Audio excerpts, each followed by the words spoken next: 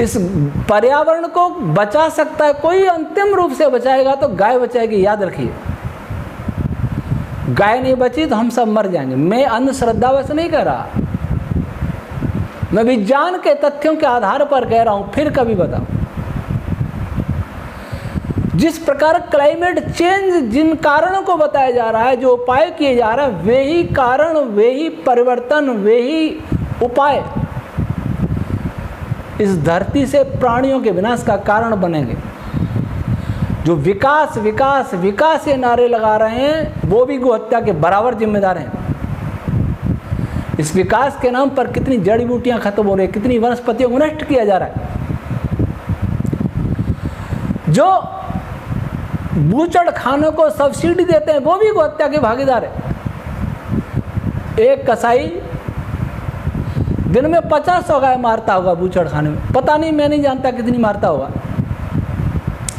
लेकिन ऐसे आदेश देने वाला, अनुदान देने वाला लाखों गायों को रोज मरवा रहा है, प्रेरित कर रहा है कि हम अनुदान दे रहे हैं और मारो। बीफ का एक्सपोर्ट बढ़ाओ। ऐसे गोहत्यारों को पहचानना पड़ेगा। अगर हम नहीं चाहते तो वह दिन दूर नहीं जब हम रोएंगे और अंत में आपको मेरी बात याद आएगी। मैंने सही कहा था, 2030 का एजेंडा 2030 अधिक दूर नहीं है। बहुत कुछ विनाश होना, यही तो वर्ल्ड ऑर्डर है जिसका हम स्वागत करें ताली बजा के, बेशर्मी के साथ। यह वर्ल्ड ऑर्डर हमको मारने आ रहा है, केवल गुलाम बनाने की, मारने भी आ रहा है। और ऐसे मारेगा कि मारने वाले को हम देवता समझेंगे। जब मारने वाले को हम देवता समझ लेते हैं, मारने वाले को अपने नेता समझ लेते हैं, मारने वाले को हम चिकित्सक समझ लेते हैं, मारने वाले को हम वैज्ञानिक समझ लेते हैं, मारने वाले को हम दाता पूंजीपति समझ लेते हैं, तो हमें मरने से कोई नहीं बचा सकता। जब रोगी रोग को दवाई समझ ले, जब डाकू को दयालु समझ ले, देवता समझ ले, तब कौन बचाएगा? वेद में गोहत्यारों को, अथर्ववेद में गोहत्यारे को मृत्युदंड का विधान, मृत्युदंड देने का लिखा है। पर यहां तो हर शाख पर उल्लू बैठा है। बर्बाद चमन को करने को बस एक ही उल्लू काफी है। हर शाख पर उल्लू बैठा हो, अंजाम गुलिस्ता क्या होगा। यहां तो हर शाख पर उल्लू बैठा है। जो दंड देने के लिए हैं वही अपराधी हैं, वही मौन है, वही मूक दर्शक है, और जनता भी मूर्ख दर्शक है। धर्माचार्य अपनी कथाओं में व्यस्त हैं। आपको मंदिर नहीं बचाएंगे, आपको मस्जिद नहीं बचाएंगे, आपको चर्च गुरुद्वारा नहीं बचाएंगे, आपको गाय बचाएगी।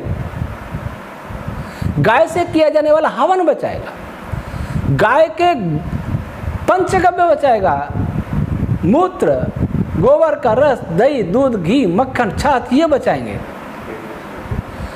बैल बचाएंगे। जब बैलों से कृषि होगी तभी आप बच पाएंगे, ट्रैक्टर नहीं बचा पाएंगे। इसलिए गाय को बचाना अनिवार्य है। गाय किसी संप्रदाय की नहीं है, गाय मनुष्य जाति की पालक है, मां है। और दुर्भाग्य से हम उस मां का कत्लेआम देख रहे, हत्याकांड देख रहे।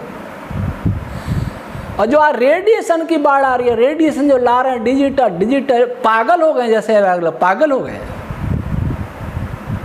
उस रेडिएशन से भी गाय ही बचाएगी, उसका गोबर ही बचाएगा। गाय को मारा इसलिए जा रहा है हमारी कृषि बर्बाद हो जाए, हमारा स्वास्थ्य बर्बाद हो जाए, रेडिएशन फैल जाए, कैंसर फैल जाए। मुझे ऐसा लगता है कि भविष्य में हर व्यक्ति कैंसर से ही मरेगा। अगर हार्ट से, गुर्दे से, डायबिटीज से नहीं मरा तो अंत में कैंसर से ही मरने वाला है। और कैंसर फैलाने के लिए, डायबिटीज फैलाने के लिए, हार्ट डिजीज फैलाने के लिए, गुर्दे खराब करने के लिए पूरा अभियान चल रहा है। हर टेक्नोलॉजी, हर विकास का कदम इन्हीं रोगों की ओर ले जाता है। और हम कहते हैं विकास हो रहा है।